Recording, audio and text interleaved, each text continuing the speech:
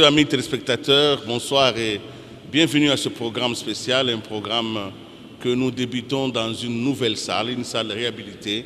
Vous êtes rendu compte, nous sommes ici à la gare centrale. La Réogare de notre pays va se doter dans les quelques jours qui vont venir d'une très belle salle qui a été réhabilitée. Nous sommes ici parce que nous voulons connaître comment se gère la société commerciale des transports et des ports, la STP, qui est aujourd'hui dirigée par M. Kimbembe Mazunga, qui est notre invité.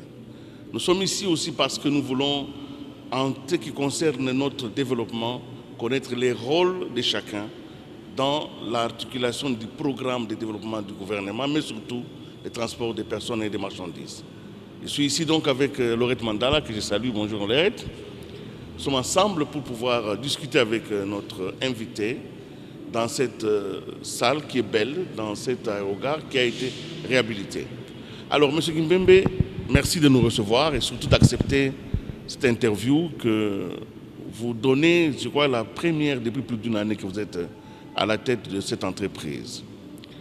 Dites-nous d'abord où est-ce que nous sommes et comment vous avez commencé pour réhabiliter ici.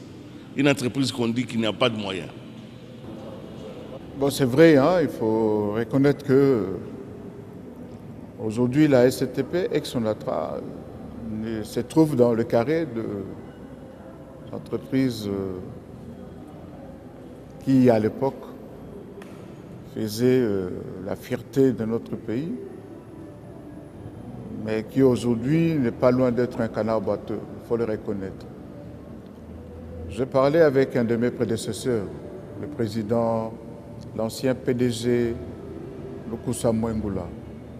Il m'a dit que, à l'époque coloniale, le patron de la STP, de l'ONATRA, ex-ONATRA, de l'OTRACO, avait rang de vice-gouverneur général. C'est pour dire quel était le pouvoir, l'importance de cette entreprise qui déjà aujourd'hui fonctionne dans 7 des anciennes 11 provinces que l'on avait. La STP à l'époque était qualifiée de l'épine dorsale de l'économie de notre pays. Aujourd'hui, quand on fait des prévisions économiques, on ne compte pas trop cette nouvelle société commerciale des transports. C'est donc être à la tête de cette entreprise, de cette société aujourd'hui, c'est un grand défi.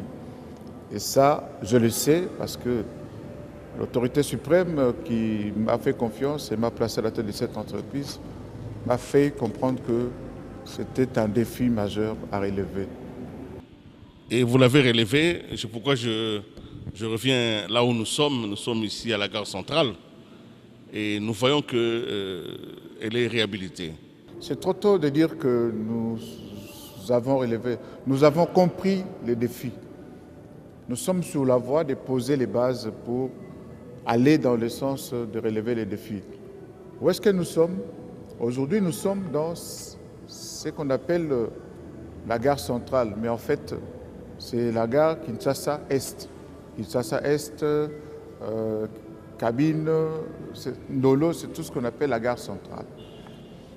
Ces bâtiments, doivent être les symboles de notre capitale. Lorsque vous allez dans une ville, vous avez l'habitude de voyager, vous êtes frappé par l'hôtel de ville, l'hôtel de la Poste et la gare. Aujourd'hui, nous sommes... À l'époque, quand je venais ici, quand on passait, quand on regardait, c'était innommable. Ça n'avait rien d'une gare centrale. Aujourd'hui, nous sommes en train de... À l'initiative du chef de l'État, nous savions que la relance du chemin de fer, on en parlera, est une des priorités. Et pour notre pays et surtout pour l'entreprise. Mais on ne savait pas par où commencer. On avait un plan d'action qui nécessitait des millions de dollars, on ne savait pas où le prendre. Mais c'est à l'initiative du président de la République que nous avons développé tout ce que nous allons essayer. Nous allons en parler donc tout à l'heure. Déjà, on va commencer avec le chemin de fer et je voudrais demander à Laurette d'ouvrir le feu. Alors, je vais le faire. Je vais ouvrir le feu.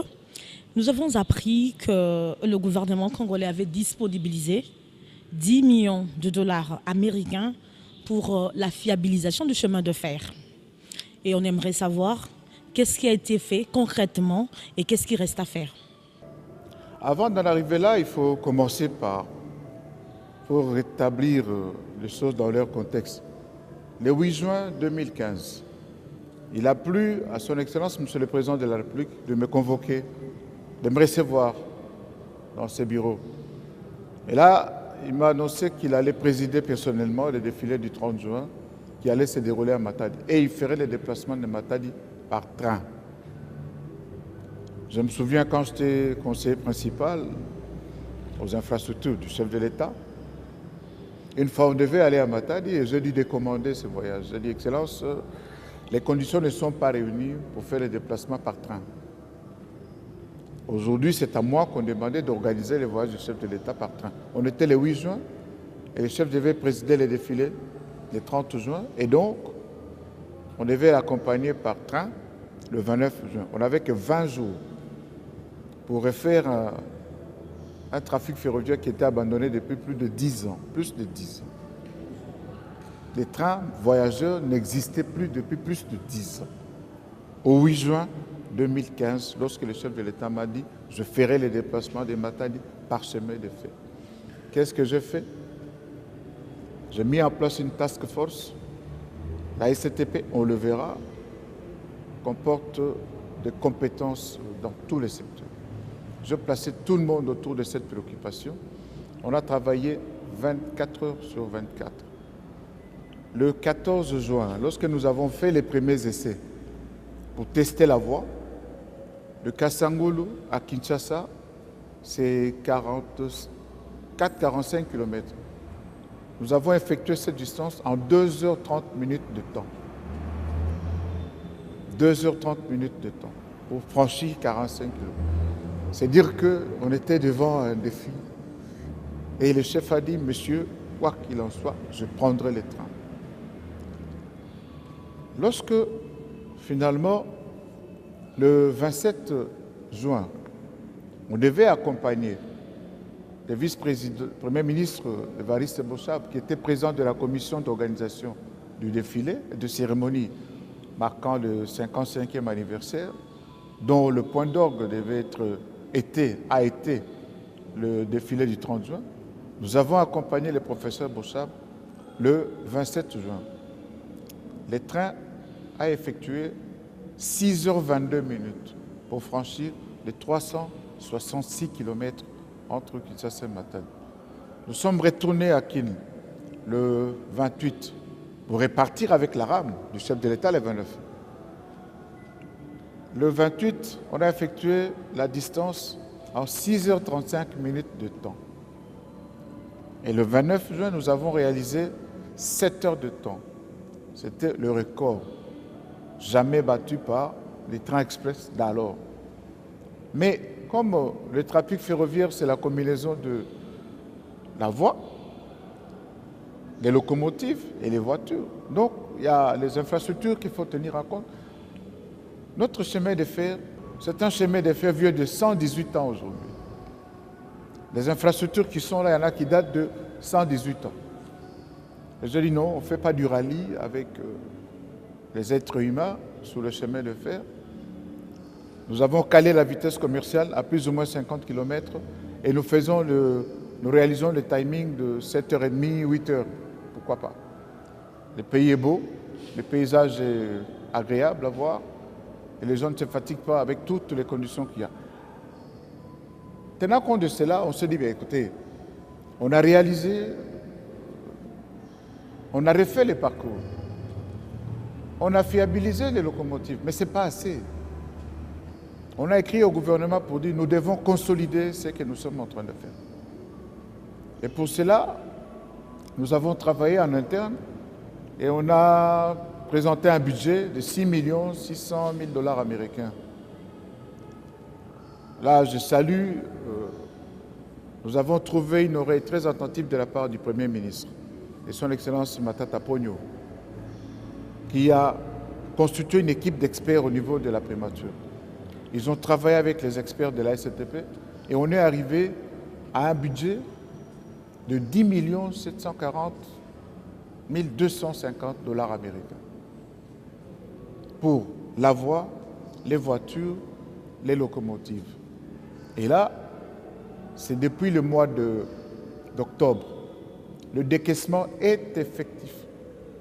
Ce sont des fonds que nous collectons au niveau du port de Matadi, des fonds du gouvernement qui constituent une réserve. Ça s'appelle la redevance logistique terrestre. C'est sur cette redevance-là que nous avons été autorisés à prélever tous les montants intégralement décaissés et mis à la disposition, pas de la SCTP, mais du département chemin de fer. Et les travaux se déroulent normalement. J'ai fait une visite d'inspection il y a quelques jours et les travaux sont suivis étroitement par un comité qui est dirigé par le conseiller principal aux infrastructures du Premier ministre.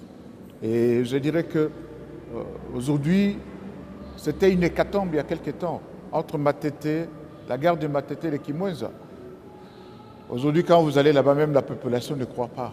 Ne croit pas que cette poubelle-là, cette montagne d'immondices, sous cet décombre-là, il y avait un chemin de fer qui passait.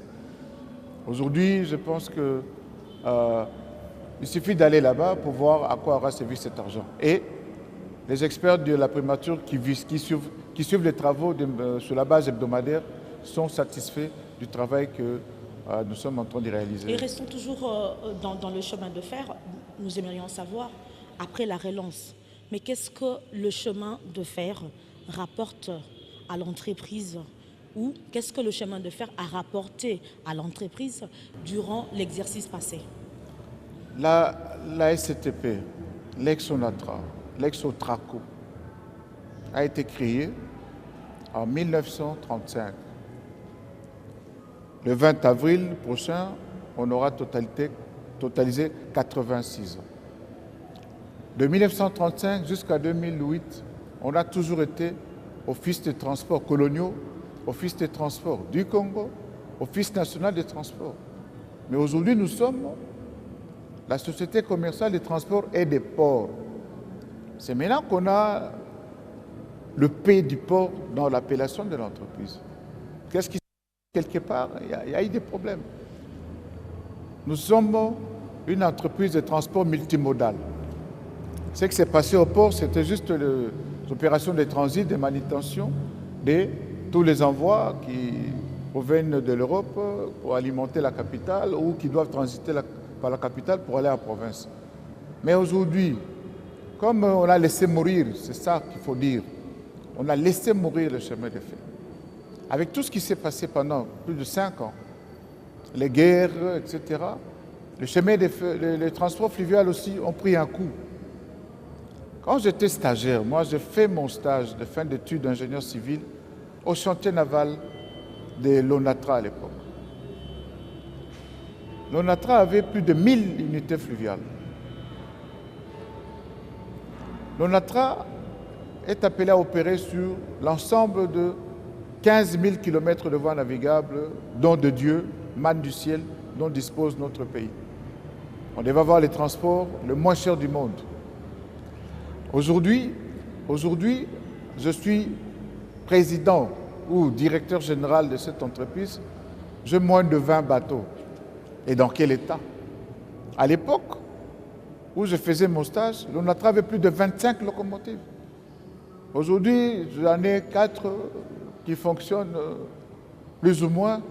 Je suis en train, d'ici le mois de mars, je vais en sortir 2 des ateliers de Mazangongo. Donc, je vais avoir 6 locomotives. Alors que quand j'étais stagiaire, on en avait 25. Qu'est-ce qu'on attend du chemin de fer? Depuis le 22 août 2015, nous avons lancé les trafics voyageurs. Aujourd'hui, il y a les trains express qui prennent chaque matin, de samedi à 7h30, il y a 300, 400 personnes qui partent de Kinshasa pour arriver à Matadi. 7h30, 8h de temps après. Ce n'est partout au monde, le transport en commun a toujours été déficitaire. Mais c'est parlant, c'est tellement parlant aujourd'hui, le fait de faire partir 300, de faire amener 200 personnes. De fois, on atteint des taux de remplissage de wagons de 112%. Et ça a incité les importateurs à revenir sur le rail. Nous sommes en train d'avoir un petit embellie sur le transport de marchandises. Et c'est ça l'espoir de la SCTP. Le potentiel est là, avec tous ces projets de cimenterie. Il y a un projet qui a un potentiel d'1 million de tonnes, un autre 200 000 tonnes. Tous ces opérateurs traditionnels, nos clients traditionnels, nous avons plus ou moins 2 à 3 millions de tonnes à transporter par an. Et donc, si nous fiabilisons, nous stabilisons la voie, nous fiabilisons nos locomotives, nous mettons les wagons qu'il faut, on les achète ou on les loue, ou on augmente la capacité, on améliore la capacité d'évacuation de toutes ces marchandises qui transitent par le port de Matadi. On pourrait oublier le port de Matadi qui aujourd'hui, de par ses recettes, intervient pour plus de 80% dans les ressources de l'entreprise. Ce qui n'est pas normal. Nous sommes une entreprise de transport d'abord. Nous allons aborder d'autres aspects. Vous êtes directeur général d'une entreprise qui a plusieurs départements. Là, nous avons abordé la question du train. Et j'aimerais poser la dernière question sur le train. Où en est-on avec le train urbain? Parce qu'à Kinshasa, c'était quand même un moment important. On voyait le train qui allait vers Kitambo, vers l'autre côté, et le train qui allait du Massina, Kingasani. Où est-ce qu'on en est aujourd'hui? Est-ce que dans le montant que vous avez concocté avec la primature, les trains urbains est compris pour sa réhabilitation? Monsieur Kalingai, chaque fois que je suis resté 10 ans au cabinet du chef de l'État comme conseiller principal en charge des infrastructures, et chaque fois qu'il m'était donné d'arriver, de faire une visite dans les installations de la SCTP aujourd'hui, c'était plus pour parler du train urbain. Le chef de l'État est très sensible et très préoccupé par les problèmes de transport de masse. Kinshasa, c'est 10 millions d'habitants au bas mot aujourd'hui. Imaginez Paris sans le train RER, sans le métro. Sans les métros. Mais qu'est-ce qui bloque aujourd'hui? Quel est le problème? Aujourd'hui, le chemin de fer, avec le Transco, nous saluons cette initiative du gouvernement de refaire le système de transport en commun par bus. Mais ce n'est pas suffisant. Je sais de quoi je parle, j'ai été gouverneur de cette ville. À l'époque, j'avais des sérieux problèmes pour assurer la mobilité de plus ou moins 2 millions de personnes. Maintenant, vous êtes le chemin de fer urbain. Oui. Le chemin de fer urbain a pris un sacré coup.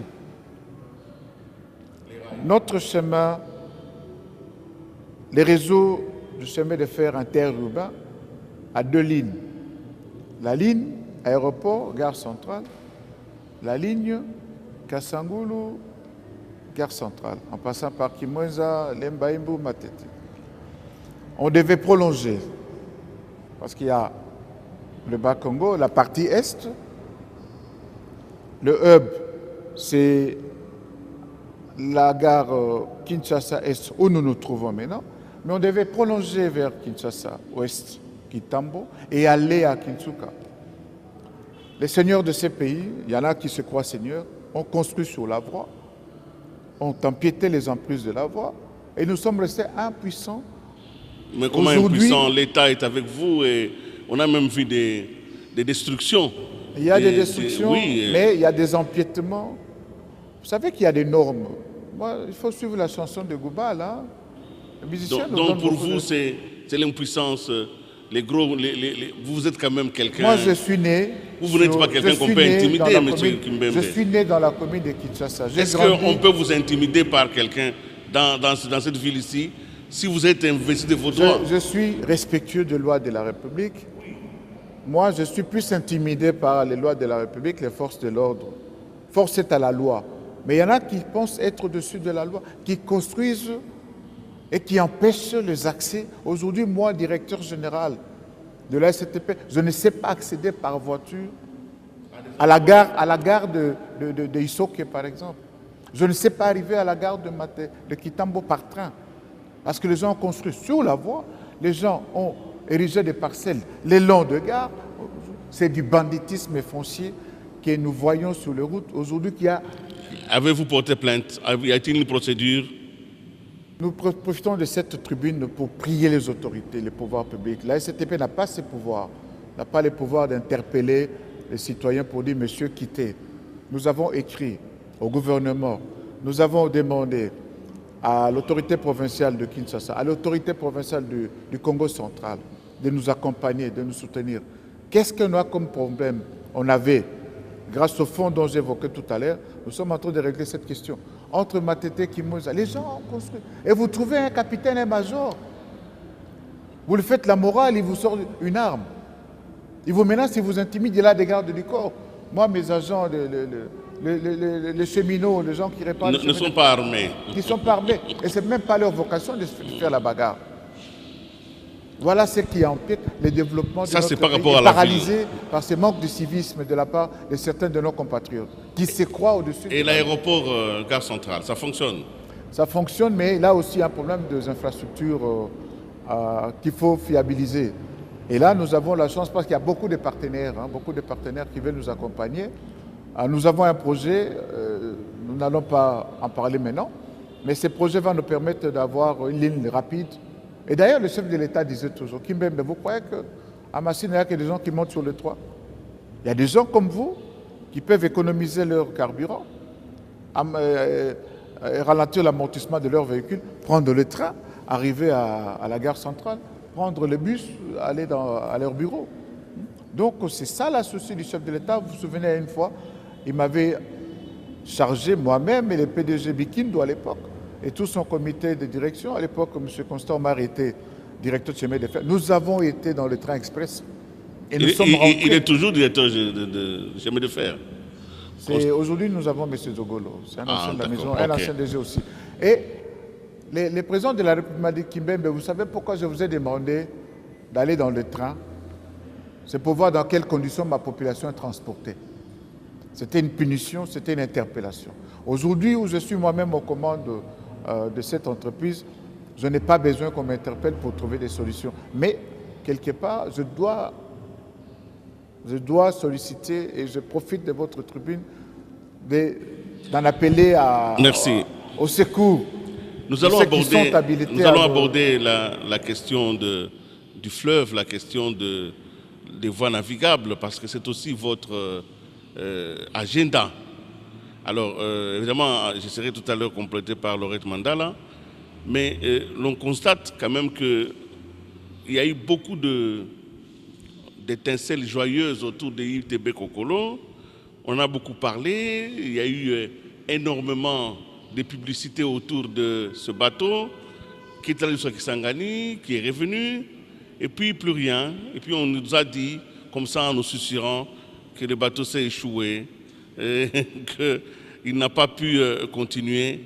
En fait, qu'en est-il exactement de ce bateau ITB Kokolo? Et vous profitez aussi de ITB Gungu, et vous profitez de la même occasion pour nous parler de celui qui n'est pas encore sorti, dont le Premier ministre a parlé dans sa conférence de presse, en disant que bientôt il y aura une troisième. La politique générale sur le fleuve Congo, comment vous l'avez enjancée? Au-delà de la publicité, quel est le fondamental? Monsieur Kalinga, merci pour la question, mais rien n'est plus faux ou rien n'est moins vrai. C'est pareil par rapport à tout ce que vous venez de dire sur ITB Kokolo. ITB Kokolo a été inauguré après sa rénovation par son Excellence, Monsieur le Président de la République, le 7 février 2015. Et tout de suite après, le chef de l'État m'a appelé à côté. J'étais son conseiller principal en charge des infrastructures. Il dit, Kimbembe, il ne faut pas que ce bateau reste à quai longtemps. Un mois après, un peu plus, le 26 mars, j'étais à la tête de la direction générale de la SCTP. Et là, j'avais comme devoir de mettre le bateau à flot. Nous avons travaillé parce qu'il y avait encore à faire. On avait travaillé avec... J'ai la chance d'avoir M. Matuku Lambert comme directeur général adjoint. Lui, il a grandi dans la navigation de la marine. C'est un spécialiste en mécanique navale. Il a même été chef mécanicien sur le bateau qu'on avait, les hautes mers. Alors, je lui ai dit, mais mon cher, ça, c'est toi. Il est resté quelques jours avec les collègues du département de port et transport fluvial, transports fluviaux.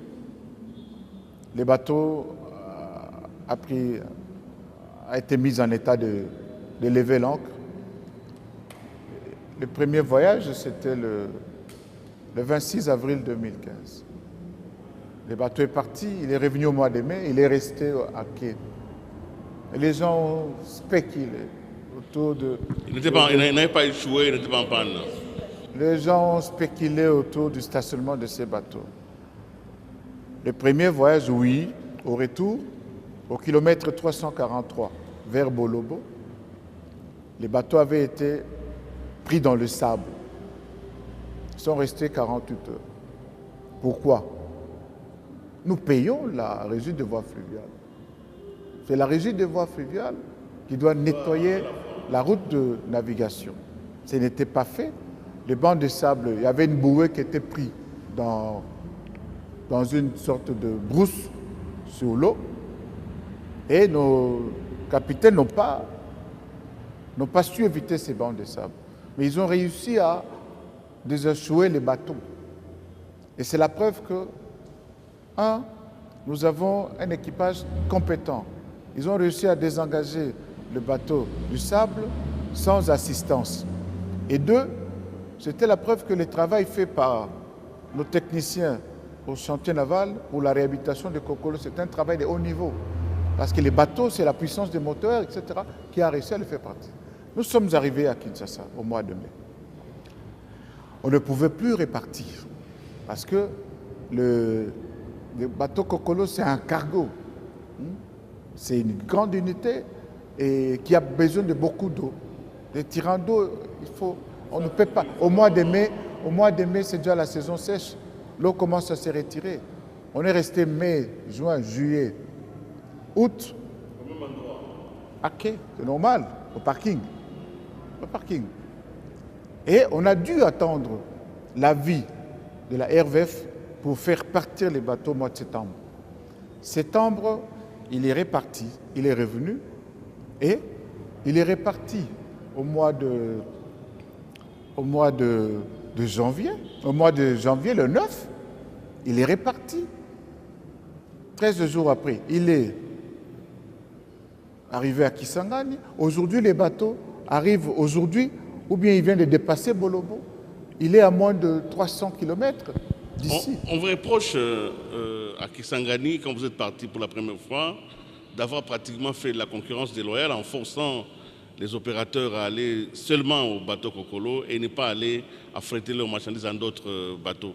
C'est une rumeur ou c'était quelque chose de vrai avec la complicité du gouverneur de l'époque? Rien n'est plus faux. Vous savez, le ministre Justin Kalumba, dans tous ses discours, à Mbandaka, à Kinshasa d'abord, Mbandaka, à Kisangani, lorsqu'on est accueilli ces bateaux, le leitmotiv, c'est voyager autrement aujourd'hui. Il a dit c'est fini.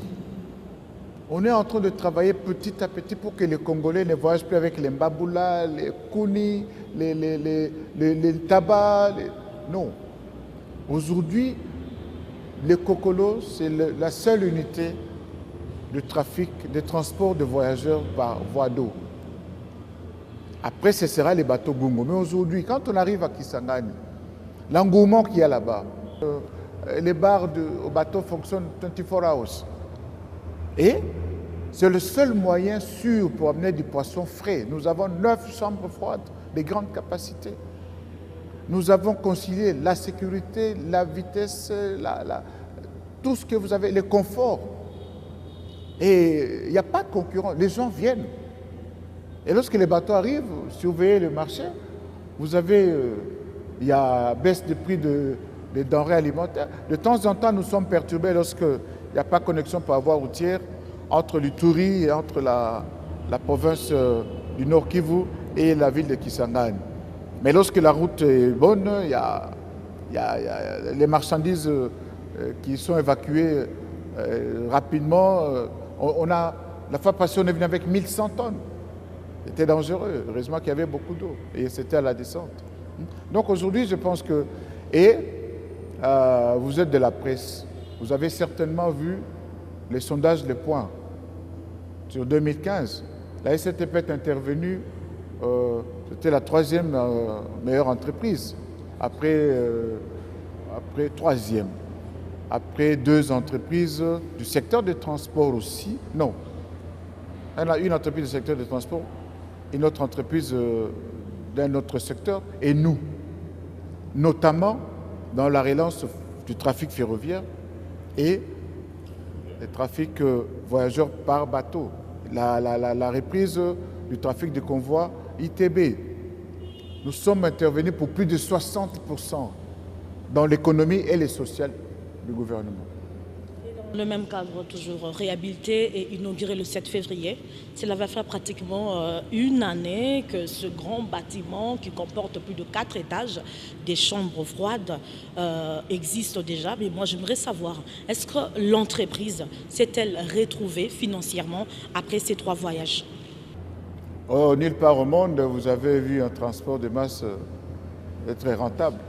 Je vous ai dit, le chemin de fer, moi, je dépense près de 20 000 $ pour organiser les trains express.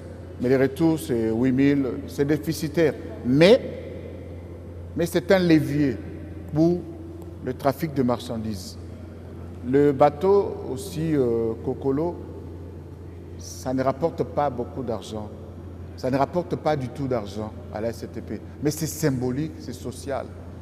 Et j'attends, le gouvernement m'a promis une subvention.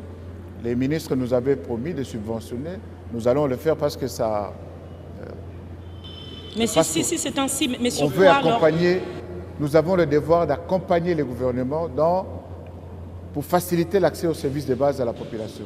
Alors, mais sur quoi j'aimerais savoir, excusez-moi, parce que vous avez expliqué, mais j'aimerais savoir sur quoi se repose aujourd'hui l'avenir ou le devenir de la SCTP.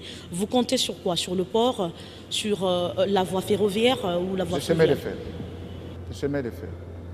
Vous savez que le chemin de fer est en comptant sur le potentiel intérieur. Aujourd'hui, il faut reconnaître que l'économie mondiale est en baisse. On parle de récession, on parle de tout ce qu'on veut. Les économistes sont là pour nous dire que ce n'est pas ce qu'il y avait hier. La croissance au niveau mondial a baissé. Et donc, les importations aussi a baissé. Nous, au niveau du port de Matadi, les résultats ne sont pas comme le mois passé. Alors, si on s'en tient seulement à Matadi, on risque d'avoir des problèmes. Parce que ce n'est pas nous qui décidons de qui va venir à Matadi. Les gens se réveillent et disent, moi, j'amène des marchandises au Congo, mais il peut passer par les pays voisins.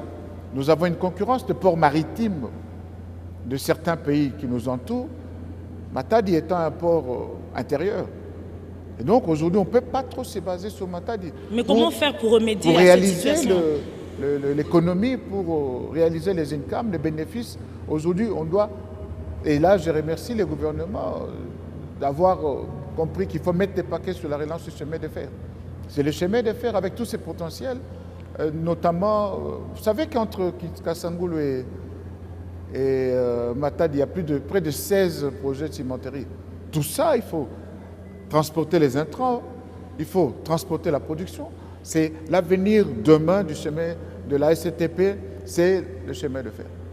Et vous allez me permettre, nous avons parlé de ITB Kokolo, vous avez parlé du train urbain, mais nous n'avons pas évoqué le train voyageur.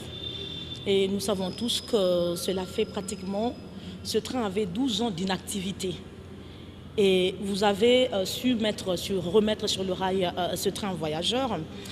Moi, j'aimerais savoir combien de fois ce train voyageur effectue-t-il la ligne Kinshasa-Matadi, et puis savoir aussi, c'est une entreprise commerciale, est-ce que ce trafic est rentable? Je l'ai dit, le train voyageur, c'est un transport de masse. C'est les social, ce n'est pas rentable. Nous avons une rotation du train express. 7h30 départ de Kinshasa vers Matadi, et le lendemain, 7h30, dimanche, départ de Matadi vers Kinshasa. Nous avons réveillé un besoin dans le mental de nos compagnons. C'est effectivement, comme l'avait dit le chef d'État, je vais apporter un cadeau à la population du Congo central. Chaque fois que le chef de l'État préside un défilé en province, il y a toujours un symbole qui l'accompagne. 2015, Matadi, c'était le train. On peut citer les autres dans d'autres provinces, j'avais été témoin de ça.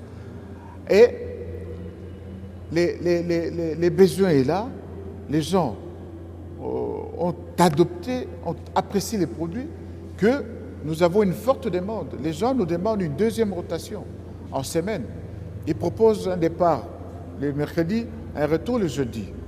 Nous ne savons pas les faire, je vous ai dit qu'on n'a pas suffisamment de locaux. Nous attendons les voitures qui vont venir de la Chine, que le chef de l'État a demandé au gouvernement de commander pour nous. Ces choses faites, nous attendons d'ici le mois d'avril, nous pourrons avoir 10 voitures de luxe et nous pouvons lancer une deuxième rotation du train express. La population demande ce qu'ils ont appelé dans le temps les Kibola-Bola, les trains omnibus qui s'arrêtent à chaque gare, où il n'y a pas des hommes d'affaires qui comptent le temps, il y a des connexions avec les avions. Là, c'est vraiment le train pour permettre la communication, pour permettre l'échange entre Vous savez, c'est ça le ramassage agricole par excellence, hein, au niveau le long du chemin de fer. Monsieur Kimbembe, nous y travaillons. À vous entendre parler, je crois que Laurette est revenu. Vous avez senti son souci de rentabilité. Il revient chaque fois. Votre entreprise a subi une transformation. C'est aujourd'hui une société commerciale.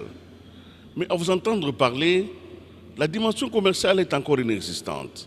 Vous êtes toujours dans le côté social, le côté humain.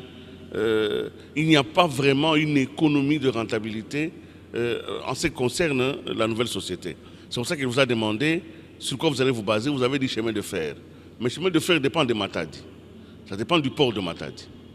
Surtout par rapport aux importations. Non, je dis qu'il y a un potentiel intérieur. Alors, au travers le cimenterie notamment. C'est possible. Alors maintenant, si vous êtes d'accord avec moi, nous allons parler de ce port, le port de Matadi, parce que vous êtes aujourd'hui tributaire à 80% de votre chiffre d'affaires du port de Matadi. Mais il est reproché à votre entreprise d'être le plus gros goulot d'étranglement des importateurs. C'est-à-dire, les gens viennent à Matadi pour évacuer leurs marchandises rapidement et c'est votre entreprise, dans sa lenteur d'exécution de tâches, qui alourdit la facture. Ce sont des mauvaises langues peut-être. Mais comment vous avez appréhendé la question de l'engorgement du port de Matadi sous l'angle de la SCPD? C'est vrai, nous sommes une société commerciale, mais nous ne restons pas moins une société de l'État. Et nous devons accompagner l'État, je l'ai dit, dans la réalisation de l'accès aux services de base, services sociaux de base. Nous devons permettre à toutes les couches de population de prendre le train, de voyager à l'aise. Le train voyageur, le train express dont Madame fait allusion, vous savez, ça peut faire 8 heures de temps, mais c'est agréable là-dedans, il y a un snack. Il y a des gens qui voyagent debout depuis qu'ils sentent jusqu'ici. Ils sont dans le snack, ils boivent, ils dansent, ils mangent. Ceux qui sont dans la classe luxe, ils sont comme dans une classe, première classe d'un avion. Oui, par voiture, on peut faire moins de temps, 5-6 heures, mais avec tous les risques que nous connaissons. Moi, j'ai grandi dans les routes. Cette route n'a pas été dimensionnée pour recevoir toutes les charges qui transitent par les ports de Matadi. Donc, la vocation aujourd'hui, l'objectif.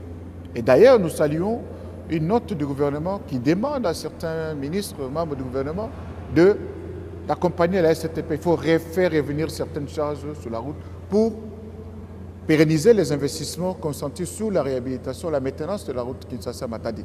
Vous parlez de l'engorgement du port de Matadi. Ce n'est pas le fait de la SCTP. C'est la mauvaise décision d'avoir transformé le port de Matadi, qui a été conçu comme un port de transit, en port de stockage.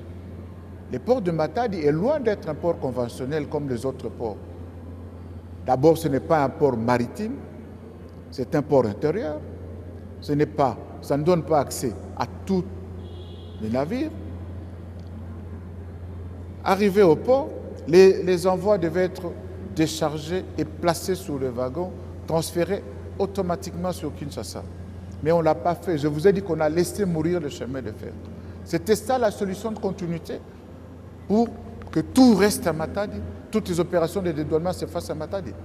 Si on veut régler les problèmes d'engorgement de Matadi, la solution, ce n'est pas créer tous ces ports secs là, privés autour du port nord. Donc il faut transborder. Les quais pour le port de Matadi, c'est le terminal conteneur de Kinshasa, c'est le terminal conteneur du port de Kinshasa.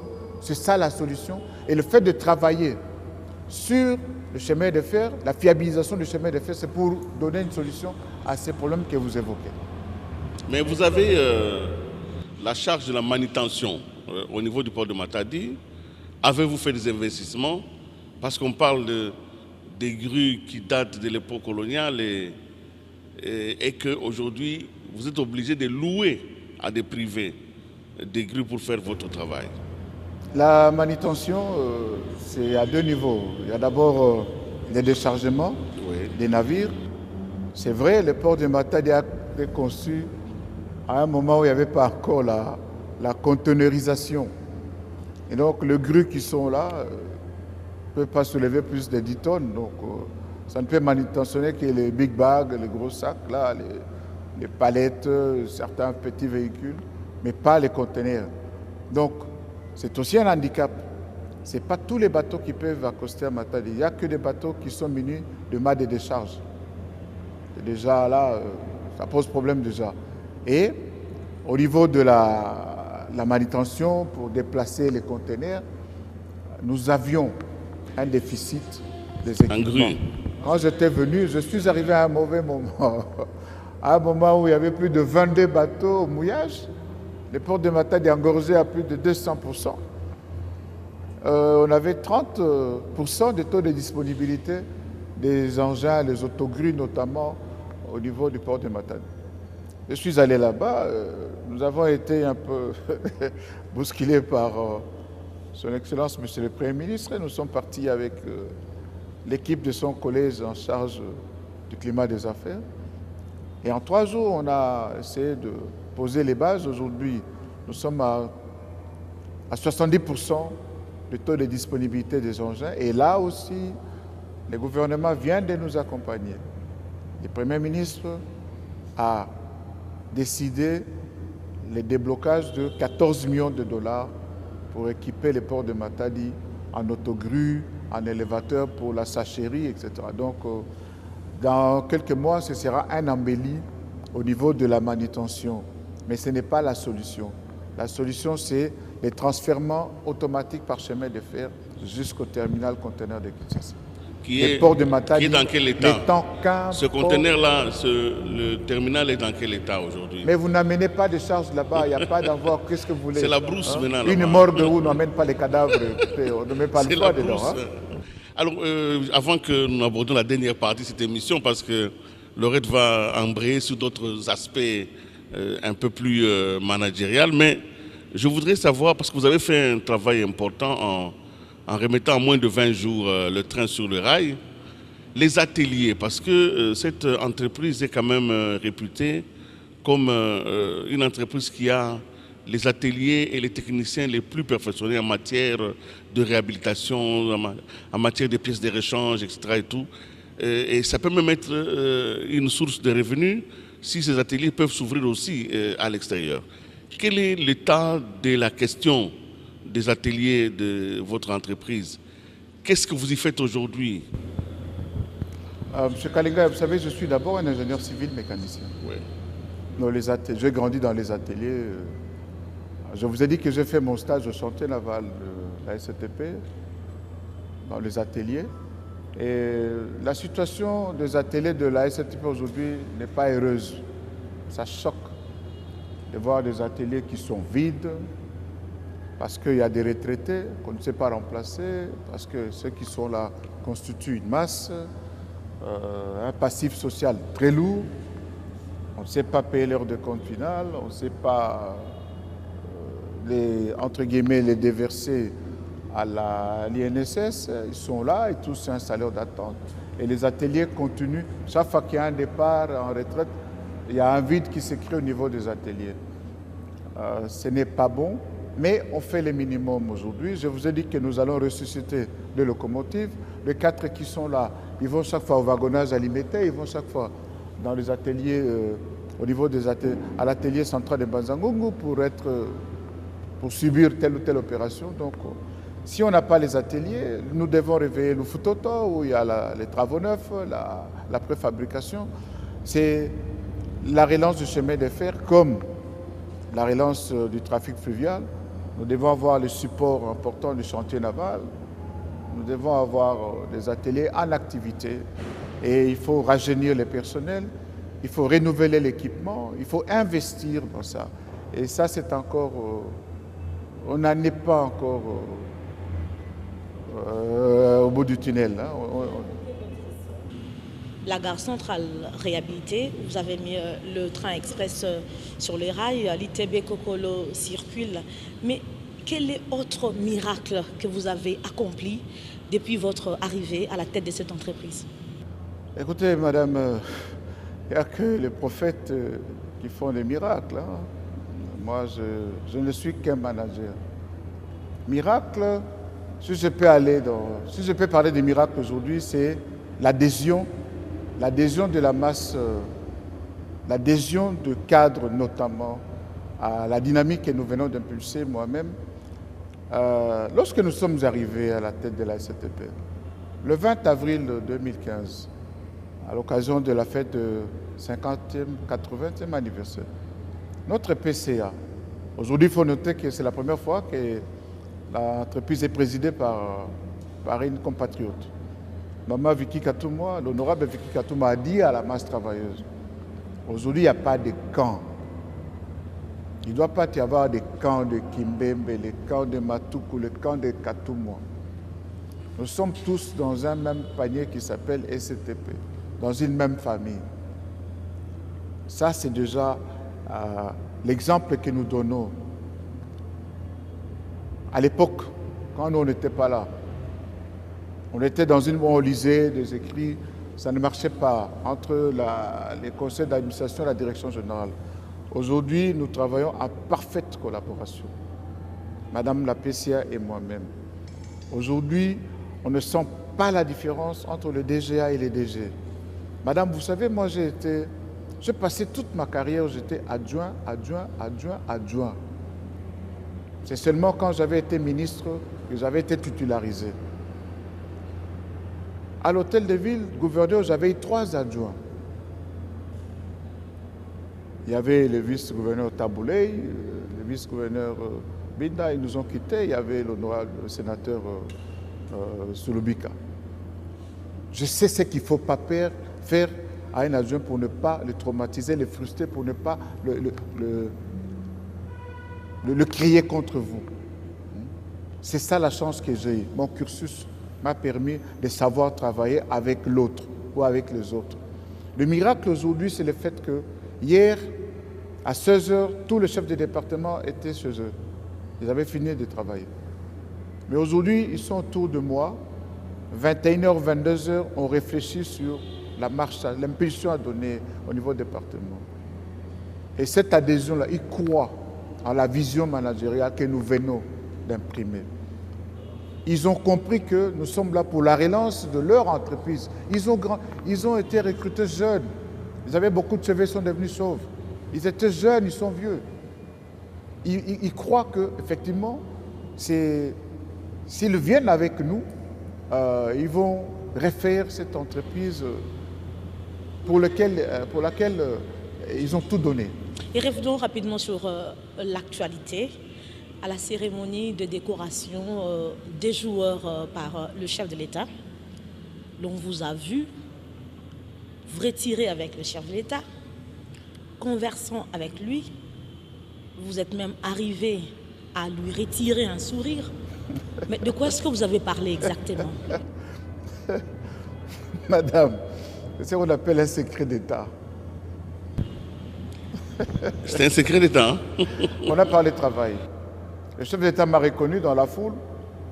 J'étais invité comme membre de l'ANEP, l'Association des entreprises publiques. J'étais parmi les représentants de l'ANEP à la cérémonie. Lorsque nous sommes levés pour saluer le départ de son Excellence, le Président de la République, il m'a reconnu, il m'a entraîné vers lui, il m'a posé 2-3 questions concernant le travail, madame. Et lui avoir retiré les souris, je ne pouvais pas voir. Quand on parle avec le Président de la République, on a une attitude qui ne vous permet pas de voir qu'il est en train de sourire. Mais si vous avez quand même retiré les souris du chef de l'État, il y a quand même ceux qui vous ont connu avant que vous ne soyez à la CPT qui disent que vous êtes devenu injoignable.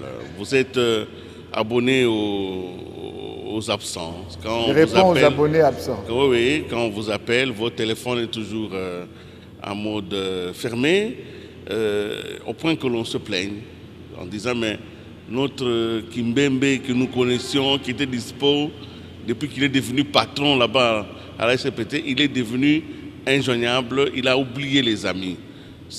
Nous sommes à Kinshasa et ça ne peut pas être une question banale. C'est une question humaine. On la pose quand même. Merci, M. Willy Kalengai. Je pensais que les postes, la fonction la plus contraignante que j'ai eu à exercer, c'était celle de gouverneur de la ville. Ou à 3 h du matin, vous avez un appel.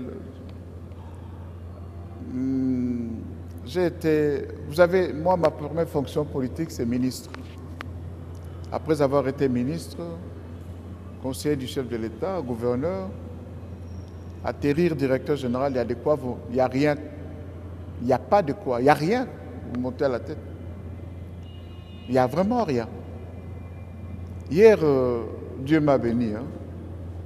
Un des amis qui, je sais, ça s'est dit, quand j'étais conseiller principal du chef de l'État, il m'arrivait d'être dans mon bureau de 8 h à 1 h du matin, seul. Seul, je ne sors même pas du bâtiment. Mais là, vous avez tout ce que vous avez évoqué ici, qui était mort. 15 ans, il n'existait pas. Ressusciter les chemins de fer en 20 jours. La gare centrale, vous avez vu ce qu'elle était. Aujourd'hui, qui peut imaginer que c'est la gare centrale? Allez voir la forêt qu'il y avait là-bas, à côté ici, qui n'existait pas. Relancer le trafic, suivre les travaux de réhabilitation de Gungu, faire des réunions avec la primature pour aller chercher de l'argent, faire des réunions de 18 h à 22 h chaque jour. Je crois que ça vous prend du temps. Les amis qui veulent nous accompagner devraient être les premiers à comprendre que c'est un grand défi. Hier, j'ai eu un ami, parmi ceux qui disent ça, pendant le temps qu'il était chez moi, avec tout ce qu'on faisait, il a vu comment les téléphones sonnaient, comment je ne pouvais pas répondre à ces téléphones. Il a compris, il a prononcé mea culpa. Nous allons... Mais nous faisons l'effort. Moi, je suis un acteur politique. Je ne peux pas me couper de ma base. Très bien. Je ne peux pas. Nous sommes arrivés à la fin de cette interview. Nous avons eu l'ambition de faire le point sur votre gestion. Une dernière question et nous clôturons cette émission. Il y a quand même des discussions qui n'entrent pas directement avec vous. J'ai vu que c'était entre les travailleurs de votre entreprise et le gouvernement directement sur la transformation de l'entreprise. On a parlé beaucoup des démembrements, on a parlé beaucoup de la privatisation.